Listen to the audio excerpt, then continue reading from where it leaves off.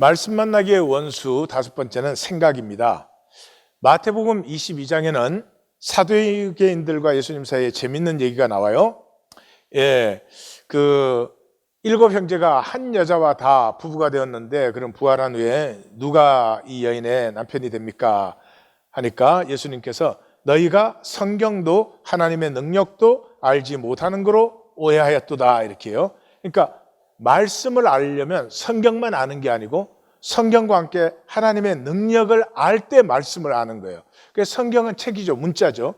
그렇지만 하나님의 능력은 하나님의 역사하심이죠. 이 하나님의 역사하심 안에는 하나님의 인격과 능력이 들어있는 것이죠. 그러면서 이것을 설명하시기를 나는 아브라함의 하나님이요 이삭의 하나님이요 야곱의 하나님이로라. 하나님은 죽은 자의 하나님이 아니요 살아있는 자의 하나님이시니라, 이렇게 설명을 했어요.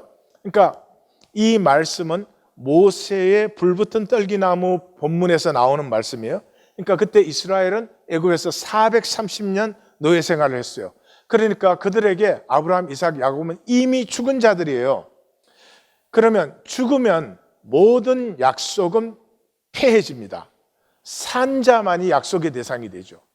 죽은 자는 약속에 요구할 수 없잖아요. 그러므로 지금 그 불붙는 떨기나무 앞에서 하나님이 아브라함과 이삭과 야곱과 하신 약속을 이행하기 위해서 나타나셨다는 것은 지금 아브라함과 이삭과 야곱의 한 약속이 유효하고, 약속이 유효하다는 말은 그들이 살아있다는 말이에요. 그러므로 성경에 살아있으면 육체적 생존만을 얘기하지 않아요.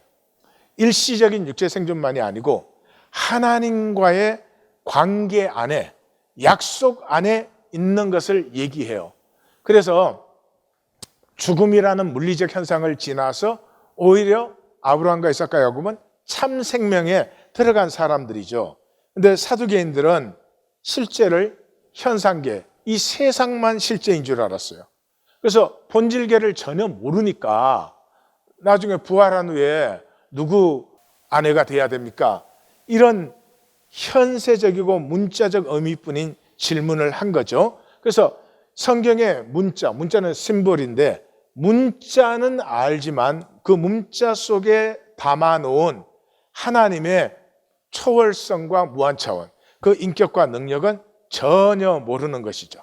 그러므로 성경은 생각의 대상이 아닙니다. 이 모든 현상은 생각의 대상이죠. 생각의 대상이라는 말은 삼자화 시켜야 돼요.